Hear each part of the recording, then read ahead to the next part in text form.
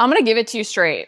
The places we want to lose from first are often the last to go. And in the process of losing fat, they often look worse before they look better because areas around them shrink as they stay exactly the same. This makes losing belly fat even more frustrating on top of the fact that this area is scientifically more stubborn. Yep, I say scientifically more stubborn because the lack of blood flow and the breakdown of alpha and beta fat cells in the area makes this area very hard to lose from. Not to mention changing hormone levels can impact where we store fat, causing us to gain more around our middles. So all in all, belly fat is annoyingly challenging to lose, and while it's the first place we gain, it'll be the last place we lose from. That's why I wanted to share 5 golden rules to help you lose belly fat. I call them golden rules because these aren't the shiny object, magic pill, quick fixes we get distracted by. They're the basics we need to go back to, the foundation off of which our healthy lifestyle is built. Because too often, the longer we've been working to see results, the more advanced and knowledgeable we even are,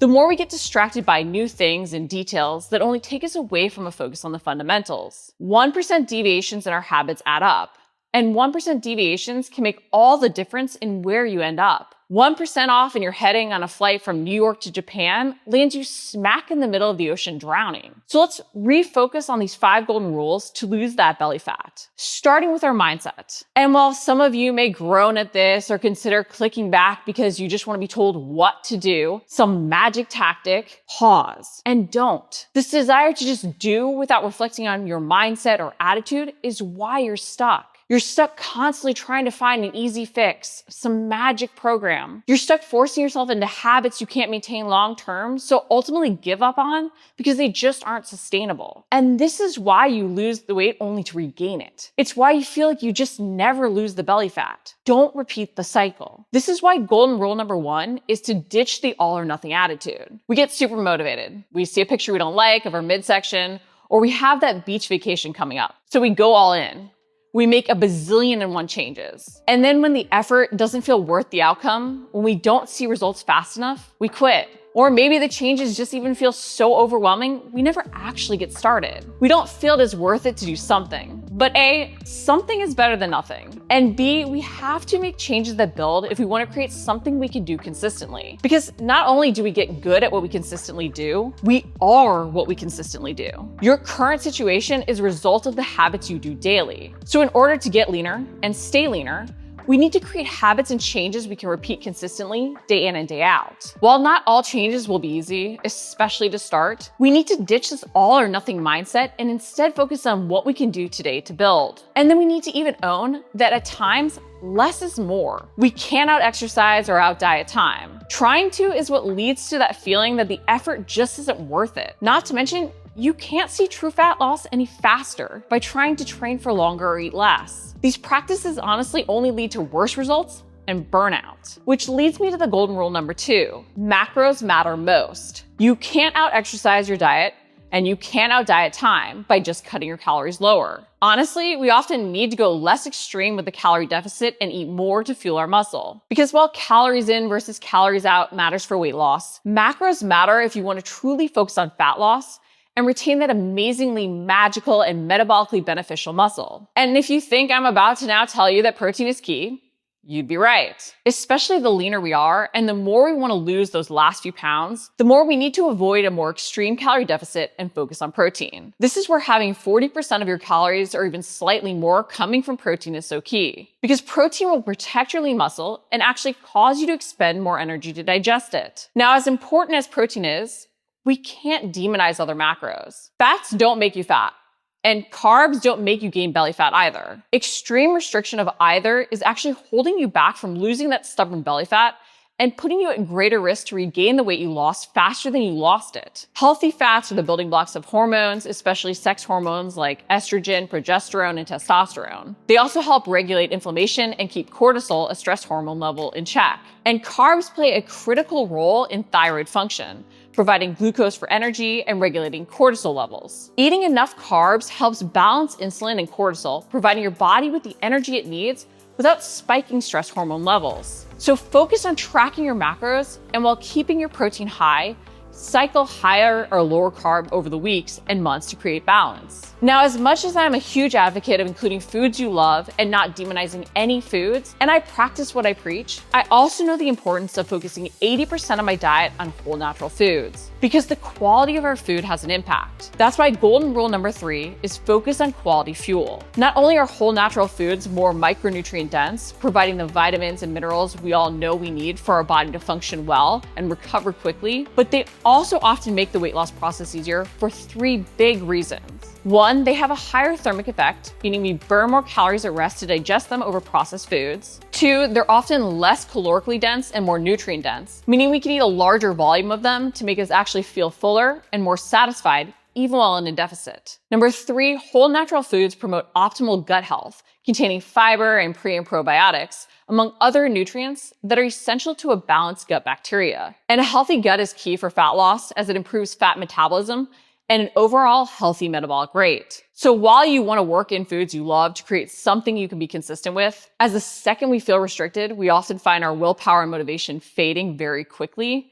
We also want to recognize that this focus on whole natural foods will improve our results. And we need our body functioning optimally to embrace losing that hard to lose fat while allowing us to train intensely. Especially with being in a deficit to lose, we want to be conscious we aren't creating nutrient deficiencies, so pay attention to eating the rainbow. And then don't forget to focus on fiber. Fiber will help you keep your gut healthy, which can often pay off more than we realize in reducing inflammation and bloat that causes us to not see the ab definition we want. For fiber, focus on 25 grams if you're a woman and 21 grams if you're over 50. For men, focus on 38 grams or 30 grams if you're over 50. While diet is key for fat loss, the best results happen when your diet and workouts work together. And so often we adjust our diet, lose weight, but we never see the definition we truly want. This is because we so often turn to doing more cardio in our workouts. Instead, we need to follow the golden rule number 4 and remember that muscle is magical. We need to focus our workouts on building muscle and strength, because muscle is not only how we stay functionally strong till our final day on this planet, it's really the secret to overall health and looking more defined. Less muscle means we look softer, even when we're thin. Not to mention, muscle keeps our metabolic rate higher,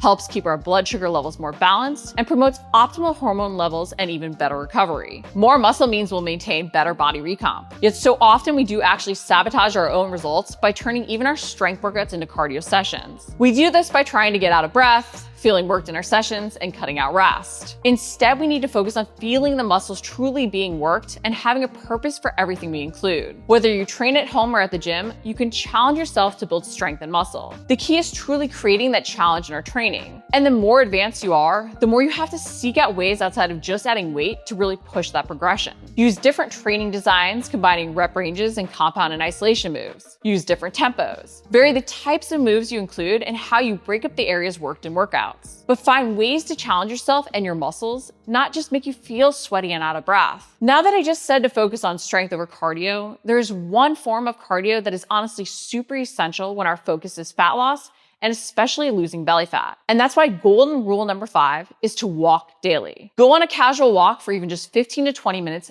every single day. You'll be amazed at how much this movement helps you see better results faster without stressing your body or mind anymore. Not only is this non-stressful movement helpful to the fat loss process, especially when timed after a meal to help with digestion or after a workout where you worked your core to utilize more of the fatty acids mobilized in your training, but it's so good to help you change patterns that may lead to mindless eating or even eating out of stress. Instead of lazing on the couch, mindlessly eating at night, or going to the cabinet for those mini candy bars after a stressful day at work, go for a walk. Break those habits by swapping in movement. You're not only changing behaviors to help yourself stay consistent, but you're burning more calories in a non-stressful way for your body. Plus, you can use this activity to spend time with friends and even family to de-stress. And lowering your stress levels can help us lose fat more easily and even recover faster to be able to push hard in our training sessions. But I'll tell you, adding in walking was super key for me even personally to see the fat loss I wanted and maintain my results long term. Now, the final tip I want to leave you with that isn't a golden rule, but something I think is so key: measure progress by tracking your habit consistency. I mentioned this is uber important for 3 big reasons, so you don't sabotage yourself and quit on habits that will work if you just gave them long enough. because true body recomp and fat loss is slow, painfully slow at times, and the scale may not change. And you're gonna have to stick with it when the scale and measurements aren't changing, because those last few pounds you may have to lose may not be lost on the scale while fat is. And that's because you're not losing muscle or even managing to gain it through a small deficit and protein focus. If you try to make the scale change any quicker or get caught up in your goal weight, you're going to ultimately do diet and training practices that cause you to lose muscle, not fat, and still have that stubborn belly fat. And areas are gonna look worse before they look better. Progress photos are key, but you're gonna look at your belly fat or the areas you wanna change, and they'll be the last to change. They'll even look bigger as you lose off of other places first. So if you use photos, you need to acknowledge the changes in these other places. And on top of this, your workouts may at times suffer. I love lifting heavy. I hate when I don't feel super strong or see improvements in my performance goals. But I'm aware that during a mini cut or fat loss phase, my performance goals may take a back seat. So if you're only measuring progress with your gym performance, you may want to give up. Don't. In the fat loss process, to get past the stick point you have and to reach that level of leanness you've never achieved before, you do need a calorie deficit. This can mean our gym sessions aren't always PR setting workouts. So we need to be mindful of this fact when setting gym goals so you don't give up on training sessions that are working. But this is why celebrating those habit wins, the hitting of your macros, the focus on fiber or macros, your consistency in that weekly training schedule, the daily walks, it's all so key. Because we have to find ways to help ourselves stay consistent past the point we want to quit if we want to reach a new goal.